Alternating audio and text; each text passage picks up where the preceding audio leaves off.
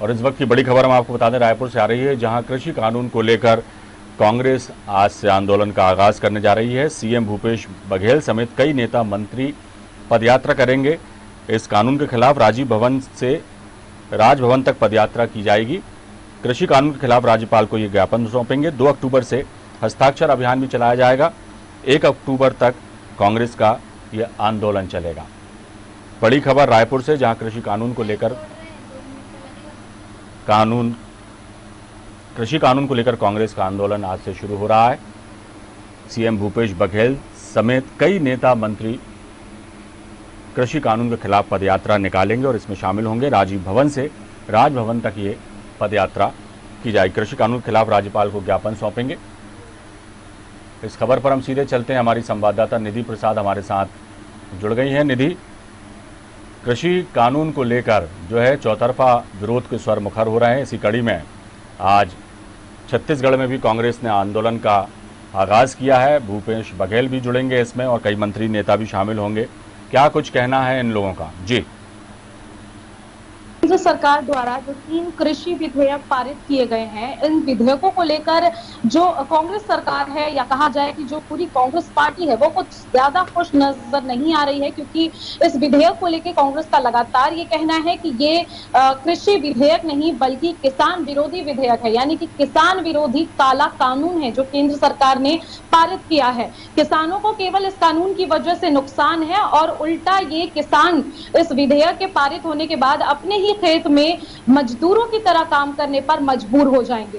तो जो मंडी संशोधन की बात है, उसे लेकर तमाम तरह की बातें निकलकर सामने आ रही हैं कि किसानों को काफी फायदा होगा, काफी नुकसान होगा। और इसी के साथ अगर हम बात करें तो भाजपा की इस पर यही प्रतिक्रिया है कि इस कानून को अगर लागू किया जाएगा तो जो पुराने कानून है उसमें वो किसी तरह से ध्वस्त नहीं की जा रही है। पुराने कानून वैसे के वैसे ही रहेंगे, केवल नए कानून लागू किए जा रहे हैं। जिस तरह से सरकार की मंडी थी वो वैसे ही चलेगी, किसी तरह का कोई नुकसान नहीं होगा। लेकिन अगर हम कांग्रेस पार्टी की बात करें तो उनका यही कहना है कि इस कानून की वजह से किसानों को केवल और केवल नुकसान होगा। लेकिन अगर हम सिर्फ कांग्रेस और बीजेपी की बात करें तो ये तो हो गई राजनीतिक पार्टी की बात, लेकिन अगर हम इस पर सीधे किसानों की बात करें कि उनकी किस तरह की प्रतिक्रिया है, तो किसान भी जो है वो कुछ खासे खुश नजर नहीं आ रहे हैं। इस विधेयक को लेकर लगातार किसानों द्वारा भी हड़ताल किया गया, धरना प्रदर्शन किए गए इस विधेयक को लेकर। वे भी नहीं चाहते कि ये विधेयक लागू हो, लेकिन केंद्र सरकार लगातार इस विधेयक को लेकर केवल उपलब्धियां ही गिनवा रही है कि किस तरह से आगे चलकर किसानों के लिए भविष्य में ये विधेयक अच्छा और सही साबित होगा। इनके भविष्य निधि, एक बात पूछना चाहेंगे। निधि, एक बात पूछना चाहेंगे। सरकार का ये कहना है, सिर्फ एक बात सरकार कह रही है, इस कृषि कानून को लेकर जो किसानों को कहा जा रहा है उनकी तरफ से कि किसान अपनी उपज जो है पूरे देश में कहीं भी बेच सकेंगे, जहां उसे ज़्यादा फायदा होगा उसे बेच सकते हैं, अपने खेत में भी बेच सकते हैं, बाजार में भी बेच सकते हैं, दूसरे शहरों में भी बेच सकते हैं।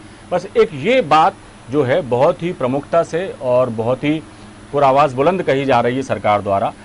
दूसरी तरफ विपक्ष और किसान जो हैं इस कृषि कानून का विरोध कर रहे हैं। तो ऐसे कौन से बिंदु हैं जिनका विरोध हो रहा है और ऐसी कौन सी बातें हैं जो सरकार छुपा रही है?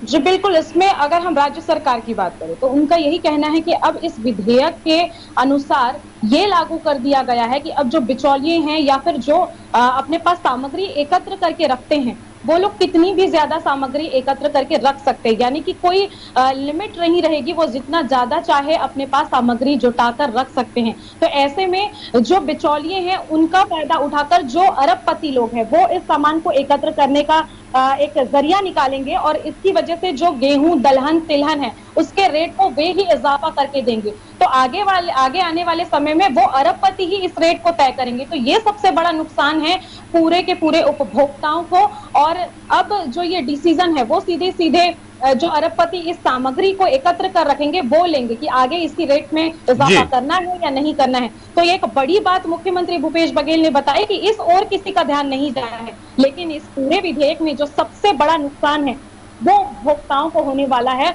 और इसी जानकारी से अवगत मुख्यमंत्री भूपेश बघेल ने करवाया पूरी मीडिया को। और इसी के तहत उनका कहना है कि आज राजभवन में एकजुट होकर मुख्यमंत्री के साथ तमाम मंत्री एकजुट होंगे और पद यात्रा करते हुए राजभवन पहुंचेंगे और इस कृषि विधेयक बिल के खिलाफ राजभवन पहुंचकर बिल्कुल, राज्यपाल चलिए को ज्ञापन जी। सौंपा जाएगा। और केंद्र से यह अनुरोध किया जा रहा है, बार बार मांग की जा रही है कि इस विधेयक को पुनर्विचार किया जाए वापस लेने के लिए। जी चलिए, तो अब देखना होगा कि कितना असर होता है सरकार पर इन विरोध प्रदर्शनों का। आज छत्तीसगढ़ कांग्रेस ने भी शंखनाद किया है आंदोलन का किसान कानून कृषि बिल के खिलाफ। अब देखते हैं ये कितने कामयाब होती हैं और सरकार पर कितना क्या कुछ असर होता है। निधि, बहुत बहुत शुक्रिया इस तमाम जानकारी के लिए।